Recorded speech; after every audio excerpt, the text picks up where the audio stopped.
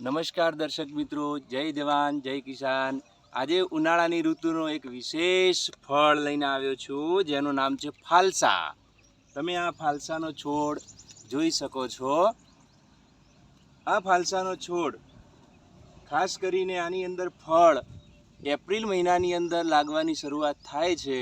April May મહિનાના એન્ડની અંદર ફાલસા પાકવાની શરૂઆત થઈ જાય છે, જે જૂન મહિનાના એન્ડ સુધી એટલે કે 3 મહિના સુધી આપણને સરસ મજાના ફાલસાના ફળ આપે છે।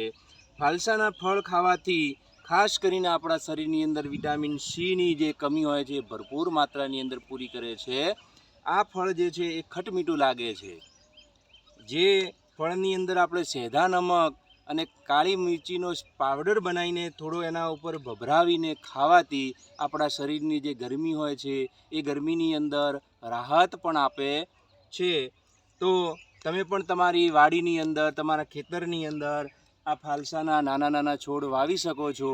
જે છોડ વાવ્યા પછી 1 વર્ષની અંદર જ તમે જો એની સારી માવજત કરી હોય તો સરસ મજાના ફળ આપવા લાગે છે।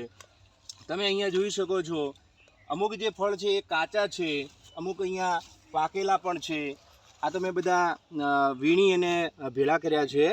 તો મિત્રો, તમે પણ તમારી વાડીની અંદર સરસ મજાના ફાલસાના છોડ વાવી અને આનો આનંદ માણી શકો છો। અને જો વધારે પ્રમાણમાં તમે તમારા ખેતરની અંદર વાવો અને એનો સેલિંગ કરો ફાલસાનો, તો સરસ મજાના 300 થી 350 રૂપિયા કિલોના ભાવે આ ફાલસા વેચાતા હોય છે। નમસ્કાર, જય જવાન જય કિસાન।